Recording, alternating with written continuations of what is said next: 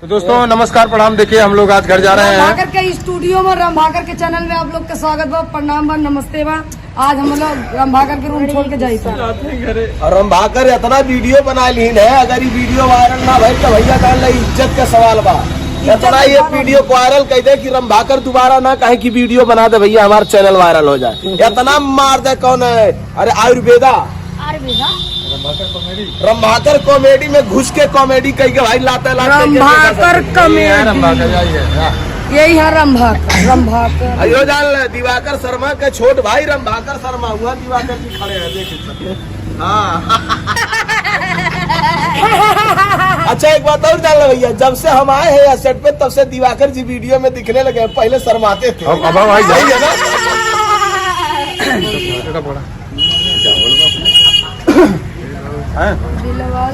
इनसे आप मिलिए। एक कौन है? अपना पैसा दीजिए। रंभाकर रंभाकर जी मैं कौन हूँ? मेरी मेरी बहन, मेरी सिस्टर।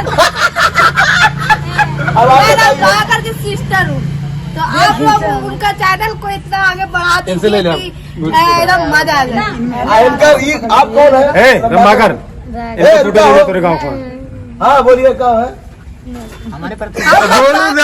सलमान है सलमान है भैया फिट करा देना तो भैया तू क्या हुआ? बहुत मरा बाबा तू भी एक नाव ले करा भी हुआ। गोली मार जा। एक मेरा रूप नैहरे छोड़े है, एक है ये मैं मार खुदा फाड़ के